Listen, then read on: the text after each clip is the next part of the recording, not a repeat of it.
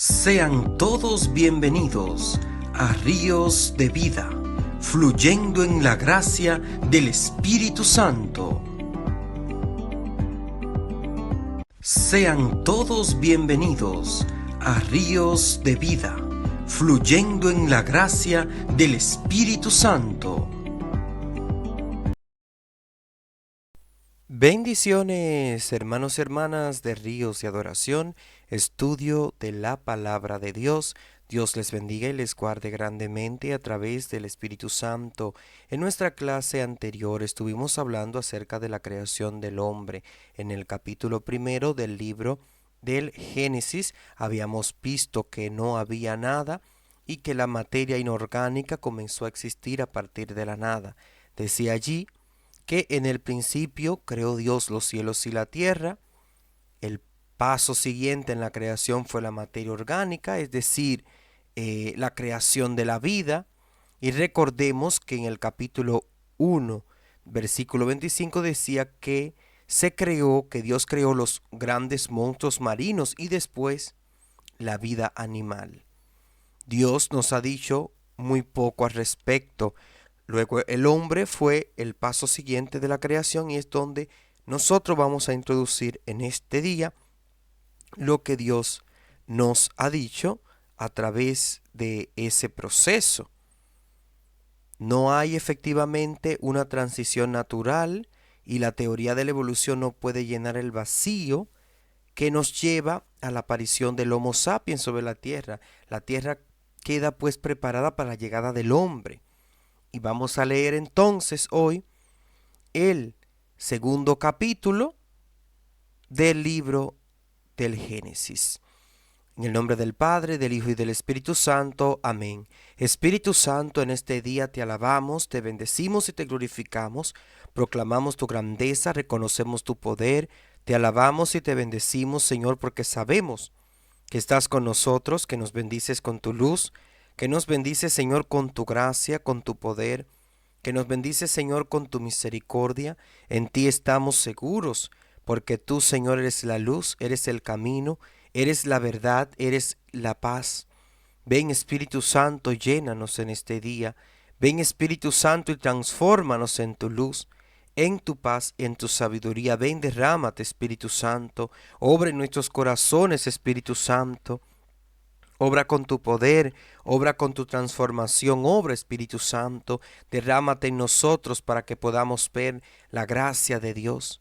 Derrámate Espíritu Santo para que nosotros podamos hacer la obra de Dios en nuestras vidas. Ábrete Espíritu Santo para que podamos entender la palabra, para que podamos vivir la palabra de Dios.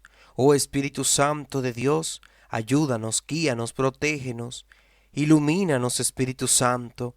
Ayúdanos, Espíritu de Dios, a entender la palabra, a hacer la vida en nosotros, Espíritu Santo, y a vivir conforme a esta palabra. Oh maravilloso Espíritu Santo de Dios, derrámate, Espíritu Santo de Dios. Oh gloria, Espíritu Santo de Dios. Bendita sea tu presencia, Espíritu Santo, que tú nos liberas, que tú nos llenas, que tú nos transformas, Espíritu Santo. Oh bendito eres, Espíritu Santo, gloria, alabanza. Maravilloso tú eres, Espíritu Santo, porque tú eres un Dios de victoria y un Dios de poder, un Dios de misericordia. Bendito eres, Espíritu Santo, bendita sea tu presencia en nuestros corazones, que nos transforma, que nos da la paz, que nos libera, que nos renueva, que nos vivifica, Señor. En ti estamos para alabarte, para bendecirte, Señor, para glorificarte, Señor, para darte toda la gloria, la honra, la alabanza, la adoración.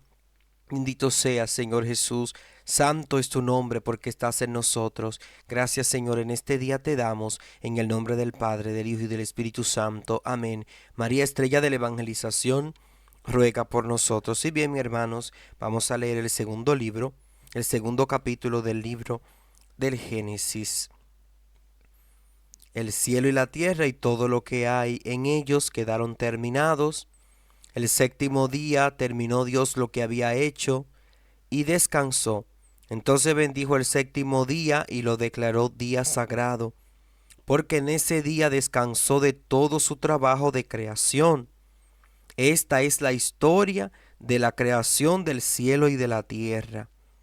Ahí tenemos, hermanos, con claridad el trabajo que el Señor hizo.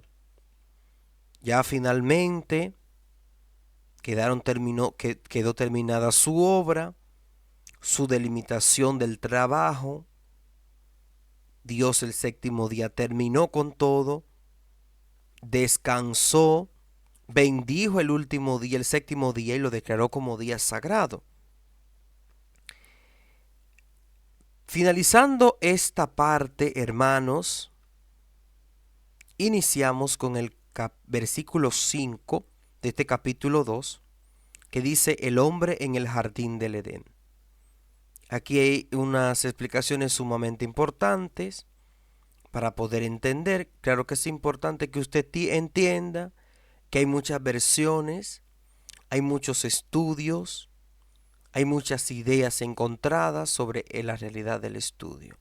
Aquí presentamos una según lo propuesto por la Unión Bíblica, las Sociedades Bíblicas Unidas, y estamos utilizando como siempre la Biblia de estudio Dios habla hoy, edición del año 1994 del Consejo Episcopal Latinoamericano. Y de ahí nos basamos para nosotros hacer las reflexiones según el estudio propio que trae esta Biblia y las consideraciones que nosotros tenemos aprendidas ya de algunas referencias bibliográficas. Entonces, cuando Dios, el Señor hizo el cielo y la tierra, aún no había plantas ni había brotado la hierba, porque Dios el Señor todavía no había hecho llover sobre la tierra, ni había nadie que la trabajara. Sin embargo, de la tierra salía agua que regaba todo el terreno. Entonces Dios el Señor formó al hombre y de la tierra misma, y sopló en su nariz y le dio vida. Así el hombre se convirtió en un ser viviente. Después Dios el Señor plantó un jardín en la región del Edén, en el oriente, y puso allí a un hombre que había formado. Hizo crecer también toda clase de árboles hermosos que daban fruto bueno para comer. En medio del jardín puso también el árbol de la vida y el árbol del conocimiento del bien y del mal. En Edén nacía un río que regaba el jardín y que de allí se dividía en cuatro. El primero se llamaba Pisón, que es el que da la vuelta por toda la región de Havilá, donde hay oro. El oro de esa región es fino, y también hay resina fina y piedra de ónice. El segundo río se llamaba Gihón, y es el que da la vuelta por toda la región del Cus. El tercero era el río Tigris, que es el que pasa por el oriente al oriente de Asiria, y el cuarto era el río Éufrates. Cuando Dios el Señor puso al hombre en el jardín de Edén, para que lo cultivara y lo cuidara, le dio esta orden: puedes comer del fruto de todos los árboles del jardín, menos del árbol del bien y del mal. No comas del fruto de ese árbol, porque si no lo comes, ciertamente morirás. Luego Dios el Señor dijo: no es bueno que el hombre esté solo, le voy a hacer a alguien que sea una ayuda adecuada para él. Y Dios el Señor formó de la tierra todos los animales, todas las aves, y se los llevó al hombre para que les pusiera nombre. El hombre le puso nombre a todos los animales domésticos, a todas las aves y a todos los animales salvajes, y ese nombre se les quedó. Sin embargo, ninguno de ellos resultó ser la ayuda adecuada para él. Entonces Dios el Señor hizo caer al hombre en un sueño profundo, y mientras dormía le sacó una de las costillas y le cerró otra vez la carne de esa costilla. Dios el Señor hizo una mujer y se la presentó al hombre, el cual al verla dijo: esta sí que es de mi propia carne y de mis propios huesos, se va a llamar mujer, porque Dios la sacó del hombre. Por eso el hombre deja a su padre y a su madre para unirse a su esposa, y los dos llegan a ser como una sola persona. Tanto el hombre como su mujer estaban desnudos, pero ninguno de los dos sentía vergüenza de estar así. Palabra de Dios, te alabamos, Señor. Ya hemos leído este capítulo 2 del libro del Génesis. Dice que el Señor descansó, hermanos. El verbo hebreo literalmente significa que Dios descansó. Cuando nosotros escuchamos en el versículo 2, el séptimo día, terminó Dios con lo que había hecho y descansó. O sea, ¿qué fue lo que hizo Dios en esta parte? Dios cesó, Dios terminó. Y de este verbo de cesar, de terminar, proviene el nombre Shabbat, que traducido al castellano significa por sábado o día de reposo. Es decir, que Dios descansó, o sea, que Dios descansó no quiere decir que dejó de actuar, sino que dio por bien lograda su obra. Y por tanto, más adelante nosotros lo vemos en los evangelios, cuando ya se decía, ay mira, tal, no, hacer tales cosas en sábado, cuando se cuestionaban eso. Entonces el Señor ahí nos invita a nosotros claramente a permanecer en esa santificación y en esa gracia del Dios Todopoderoso, para que vayamos entendiendo ese contexto. Entonces, el séptimo día, hermanos, sobre el séptimo día, que lo dice también este capítulo, capítulo 3, que dice, entonces bendijo el séptimo día y lo declaró día sagrado porque en ese día descansó de todo su trabajo de la creación. Esta expresión, hermano, presupone el simbolismo del número 7, que en la Biblia representa lo completo y también lo perfecto. Nosotros en Génesis 4:18 podemos encontrar idea de esto. En el versículo 4 de este capítulo 2, esta es la historia de la creación y del cielo. Se repiten las palabras de Génesis 1 aquí para indicar precisamente que ha concluido la sección relativa a la creación del universo. Y esa es la historia, hermanos. En hebreo, el Toledot, esa frase se repite 10 veces e introduce las distintas secciones en que se divide el libro del Génesis. La palabra Toledot implica la idea de nacimiento o generación, y en esta versión se ha traducido de distinta manera según los diferentes contextos. Por ejemplo, en Génesis 5:1 como unas listas, Génesis 6:9 una historia, en Génesis 10:27 descendientes, y así sucesivamente como hijos e historia. Ya el siguiente relato que nosotros vamos a ver, a diferencia del Génesis 1:2, se refiere de un modo especial a la creación del hombre y la mujer como nosotros lo hemos escuchado en la lectura de estos versículos. Uno y otro y otra son creados por Dios en momento distinto. Pero esta diferencia hace resaltar más aún la igualdad y la complementariedad de los dos sexos. Según el relato, en efecto, Dios concedió primero al hombre la compañía de los animales, que nosotros lo hemos escuchado. Sin embargo, esta compañía no logró arrancarlo de su soledad, y solo la presencia de la mujer, es decir, de un ser igual a él, le abrió esa posibilidad del diálogo y del encuentro personal. Y ahí nosotros vemos cuando Dios el Señor, o sea, el Señor, la traducción de Yahvé, el nombre propio del Dios de Israel, que nosotros sabemos. Cuando nos acercamos al versículo 6, sin embargo, de la tierra salía agua que regaba todo el terreno. Es probable que la palabra traducida aquí por agua signifique más concretamente agua que brotaba de la tierra o manantial. La idea sobre esto. En el versículo 7, entonces Dios el Señor formó al hombre de la tierra misma y sopló en su nariz y le dio vida, así el hombre se convirtió en un ser viviente.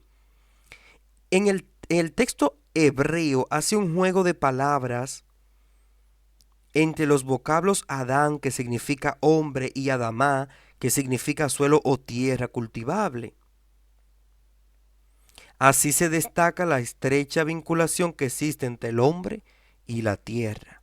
Eso se encuentra una referencia bíblica sobre esto, lo que significa suelo o tierra cultivable, en el Génesis 3:19, que lo vamos a tratar más adelante. Dios formó, como dice, hermanos, vida. Y la mención de estos actos especiales de Dios pone de relieve lo que distingue al hombre de los demás seres creados. Y es que donde la soberanía de Dios se expresa igualmente con la imagen del alfarero que modela sus vasijas. Y es precisamente lo que Dios hizo, modelar sus vasijas. Se convirtió en un ser viviente. En ese ser que da vida. Y si vamos al versículo 8 que dice, después Dios, el Señor, plantó un jardín en la región de Edén, en el oriente, y puso allí al hombre que había formado. Edén. Hermano, Edén es una palabra hebrea que significa delicia. Algunos la relacionan con un término asirio que significa llanura o estepa. Según las diferentes investigaciones, podemos determinar esto. Entonces, hermanos, en el versículo 9 dice, hizo crecer también toda clase de árboles hermosos que daban fruto bueno para comer en medio del jardín. Puso también el árbol de la vida y el árbol del conocimiento del bien y del mal. El árbol de la vida, es decir, cuyos frutos dan la vida. Eso es lo que significaba. Y habla también del árbol del conocimiento del bien y del mal.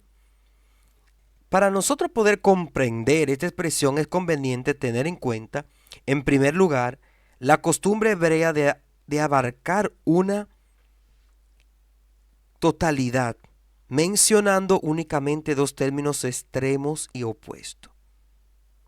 Porque además el verbo conocer en el Antiguo Testamento no se refiere solamente al conocimiento intelectual, hermanos, sino que también puede implicar las ideas de elección, de discernimiento, incluso de dominio.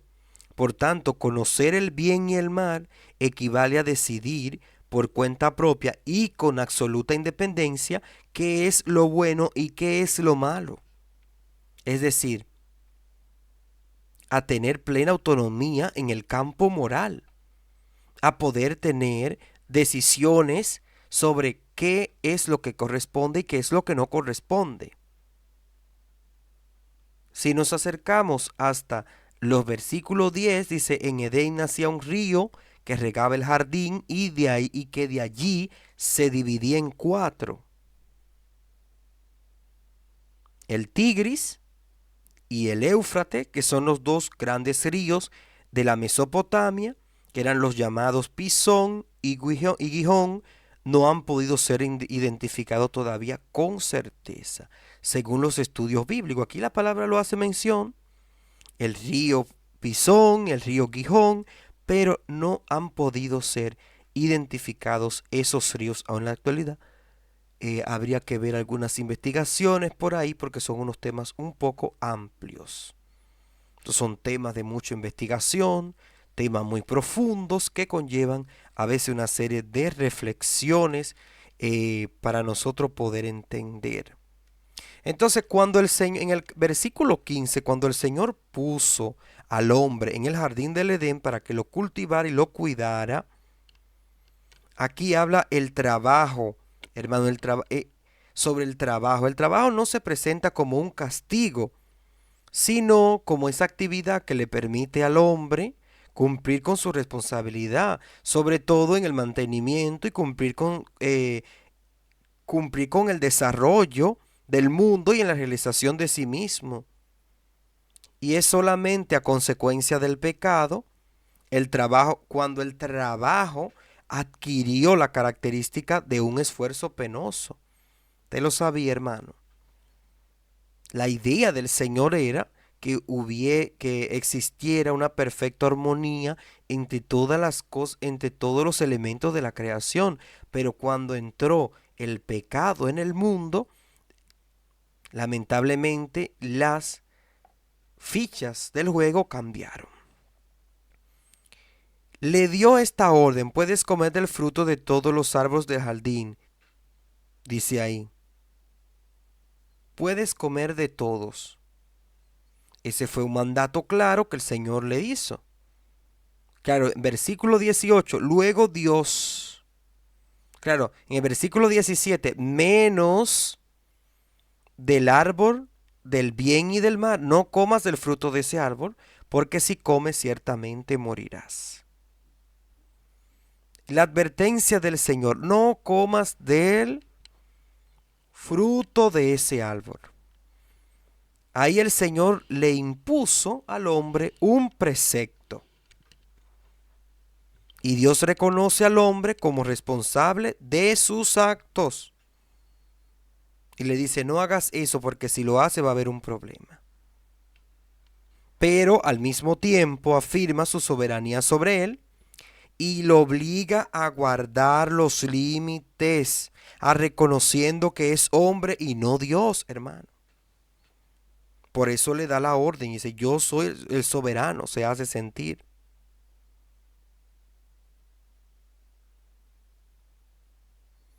Una cita de referencia que nosotros podíamos encontrar, por ejemplo, sobre este apartado bíblico, que nosotros pudiéramos también tener una referencia sobre lo que han escrito otros hermanos de la Biblia, lo podemos encontrar en el libro de Romanos capítulo 6.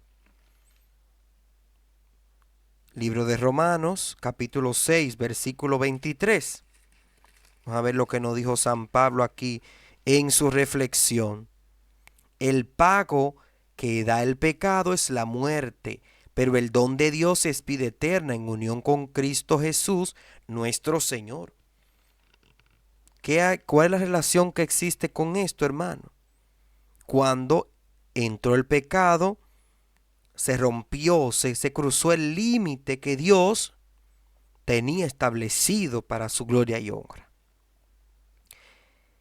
Más adelante ya vemos en el versículo 19 y 20, leamos: y Dios, el Señor, formó de la tierra todos los animales y todas las aves y se los llevó al hombre para que les pusiera nombre. El hombre le puso nombre a todos los animales domésticos, a todas las aves y a todos los animales salvajes, y ese nombre se les quedó. Sin embargo, ninguno de ellos resultó ser ayuda adecuada.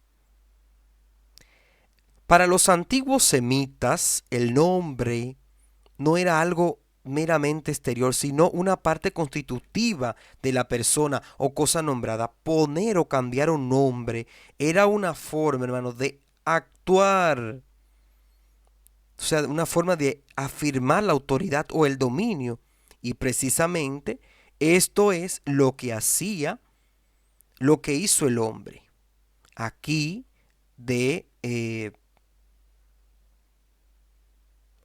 afirmó colocando los nombres como tal y como el Señor le decía, le, le ordenó. Entonces, ¿qué es un semita también? Cuando nosotros nos referimos al término semita, nos estamos refiriendo precisamente tomando en cuenta el término que nosotros vamos a, en la historia bíblica, son unos pueblos oriundos de la península arábiga que han desempeñado desde los tiempos más remotos un papel importante en la historia política, cultural y religiosa de la humanidad. El nombre tiene su origen en un pasaje de la Biblia, hermano, y concretamente en el capítulo 10 del libro del Génesis, donde se explican los parentescos entre los pueblos.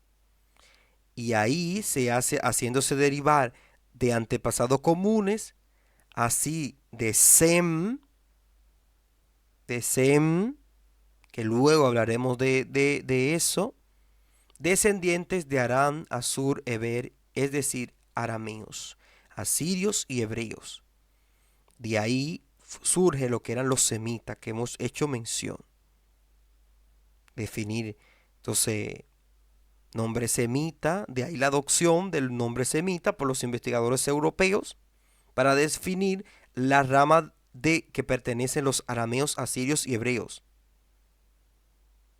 que tienen una relación desde el punto de vista lingüístico. Así que ya nosotros lo sabemos.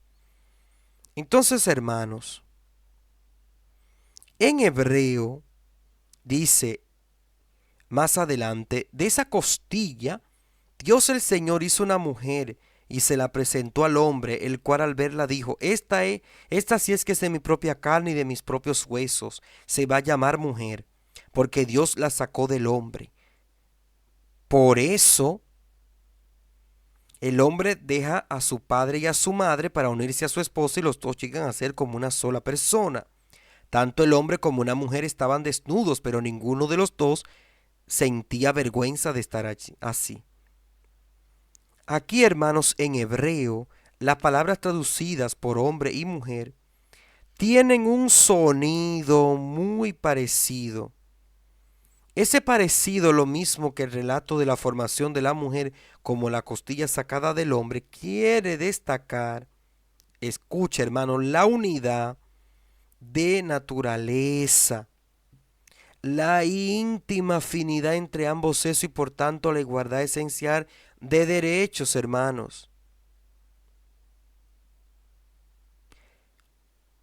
Este versículo, hermanos, lo que hace es poner de relieve la dignidad y el sentido profundo de la unidad matrimonial. Si nosotros leemos el versículo 24, por eso el hombre deja a su mujer y a su madre para unirse a su esposa y los dos llegan a ser como una sola persona. Un texto con mucha base para el sacramento del matrimonio. Ya hacia el final de este capítulo, vemos que se habla de que estaban desnudos. La desnudez, hermanos, aquí es la expresión de una vida sencilla, hermanos, de una vida sin sentimiento de culpa y en perfecta armonía contigo mismo y con el prójimo. Después, como consecuencia del pecado, llegó a ser motivo de vergüenza. Y ahí, hermanos, finalizando esta parte del libro del Génesis, ya nosotros tenemos una idea un poco sencilla de lo que nos dice esta representación de la palabra de Dios. Cómo Dios los creó. Dios los ha creado. Es para que vivan y el hombre vive la experiencia de poner nombres a todas las criaturas de la tierra, simbolizando su dominio sobre ellas, pero entre ellas no encuentra un igual a que amar, y esto no fue bueno. El hombre entonces le faltaba lo más importante de su vida, sin lo que no podía vivir en plenitud de su existencia, le faltó una mujer. El hombre vive, por tanto, esa necesidad de lo más profundo de su ser, y Dios hace caer a Adán en lo que San Juan Pablo II llama devolverle a la no existencia, es decir, recrea al hombre, pero esta vez como hombre y mujer, y será un anticipo de lo que ocurrirá con la muerte de Cristo, esposo, el nuevo Adán, que resucita como esposo de la iglesia, el hombre que vive, como dice San Juan Pablo II, la experiencia de mayor alegría que jamás haya existido en ese encuentro con la que se considera hueso de mi huesos y carne de mi carne. El hombre sabe valorar el don tan enorme que Dios le ha entregado un igual al poder amar. Y por eso, porque el hombre sabe reconocer el valor de su mujer y viceversa, ambos dejan a su madre, a su padre, lo dejan todo para convertirse en una sola carne. Y todo cobra sentido, hermanos. El hombre ha encontrado el motivo de su existencia, entregarse a su mujer y formar uno solo a imagen de Dios. El primer hombre y la primera mujer se miraban con la mirada pura que les permitía su estado de inocencia originaria. No sabían mirarse egoístamente, veían mutuamente un don increíble, hermoso de Dios, una dignidad inmensa y no veían más que la posibilidad de ser uno. Por eso ellos no sentían vergüenza.